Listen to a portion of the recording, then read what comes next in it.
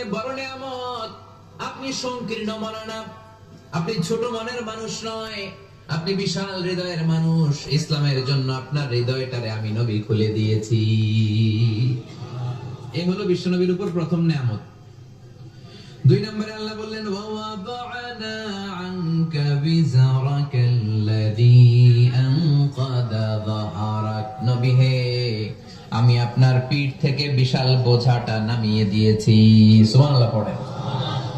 কি নামিয়ে দিয়েছি? বোঝা। উত্তর করতে হবে, রেসপন্স। এটা তাফসীর মাহফিল, এটা হচ্ছে ক্লাসের মতো, যে কথা বলে শিক্ষক আর আমরা সবাই ছাত্র, ঠিক কি না? বোঝা নামিয়েছি নবী। কি নামিয়েছি? তাফসীরে দুইটা এসেছে। বিজরুন মানে বোঝা, বিজরুল যাম পাপের বোঝা, আর একটা হচ্ছে বিজরুল গাম চিন্তার বোঝা। বিশ্বনবীর কোনো পাপ নাই, বিশ্বনবীর সব কিছুকে মাফ করে দিয়েছে কে? লিয়াগফির লাকাল্লাহু মা তাকদ্দামা মিন যামবিকা মা তাআখার। নবী আপনার আগেরও গুনাহ নাই, আপনার পরেরও গুনাহ নাই। আপনি নবী মাসুম, আপনার গুনাহ নাই, আপনি নিষ্পাপ। নবীদের গুনাহ হয় না। আহলুস সুন্নাহ ওয়াল জামাআতের আকীদা হচ্ছে নবীরা মাসুম, নবীদের জীবনে কোনো গুনাহ হয় না। চিৎকার করে বলেন ঠিক কি না? ও নবী, ওয়াদা'না আনকা বিজরাক, আপনার এই বোঝা আমি নামিয়ে দিয়েছি। বিশ্ব নবী ভাবতেন 40 বছর বয়সে আমি নবী হলাম, তার আগে যা করলাম আল্লাহ এটা কি করবে?